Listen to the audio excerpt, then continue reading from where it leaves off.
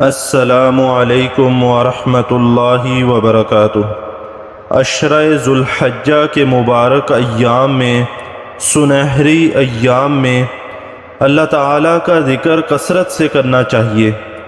رسول اللہ صلی اللہ علیہ وسلم نے ارشاد فرمایا، ما من ایام اعظم عند اللہ ولا احب الیہ العمل فیہن من هذه الایام العشر فاکثروا فیہن من التہلیل والتکبیر والتحمید۔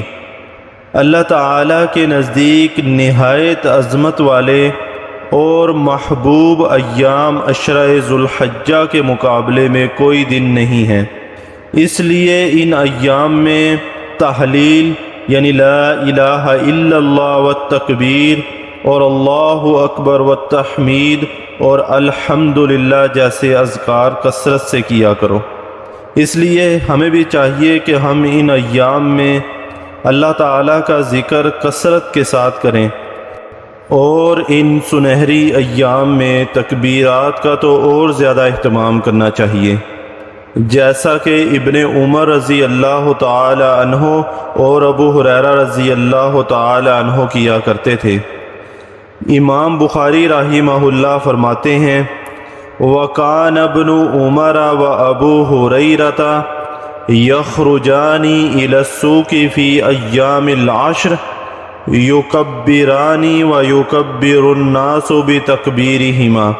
حضرت ابن عمر رضی اللہ تعالی عنہ اور ابو ہریرہ رضی اللہ تعالی عنہ ماہ ذو الحجہ کے ان 10 دنوں میں بازار کو نکل جاتے اور تکبیر کہتے رہتے، پھر دوسرے لوگ بھی ان کی تکبیر سن کر تکبیرات پڑھتے، اور خصوصاً یوم عرفہ کی فجر کی نماز سے لے کر 13 ذو الحجہ کی عصر کی نماز تک ہر فرض نماز کے بعد جہراً بلند آواز سے تکبیرات پڑھنے کا اہتمام کرنا چاہیے۔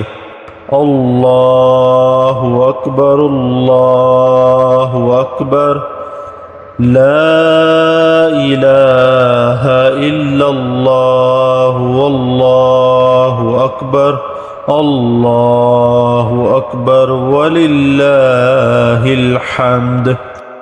اور ہمیں چاہیے کہ ہم ان ایام میں زیادہ سے زیادہ اللہ تعالیٰ کا ذکر کریں، تکبیرات پڑھیں، اور ہر وہ کام کریں جس سے اللہ تعالیٰ راضی ہو جائے۔ اللہ تعالیٰ سے دعا ہے کہ اللہ تعالیٰ ہمیں عمل کی توفیق عطا فرمائے۔